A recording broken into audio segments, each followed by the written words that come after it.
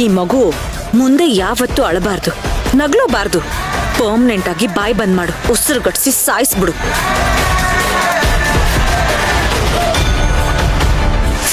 ನಿಂತ್ಕೊಳೆ.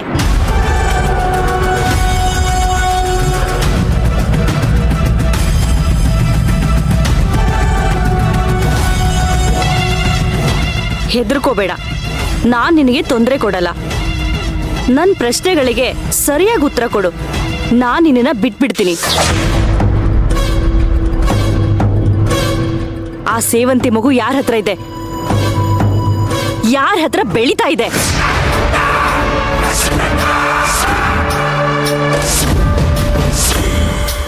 ನಿನ್ನ ಕೇಳ್ತಾ ಇರೋದು, ಸೇವಂತಿ ಮಗು ಎಲ್ಲಿ?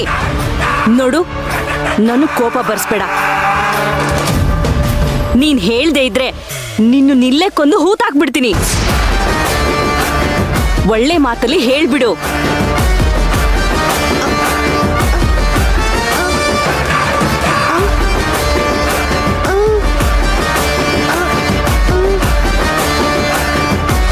ಓ ಕರೆಕ್ಟ್, ನಿನಗ್ ಮಾತು ನಿಂತೋಗಿದೆ ಅಲ್ವಾ?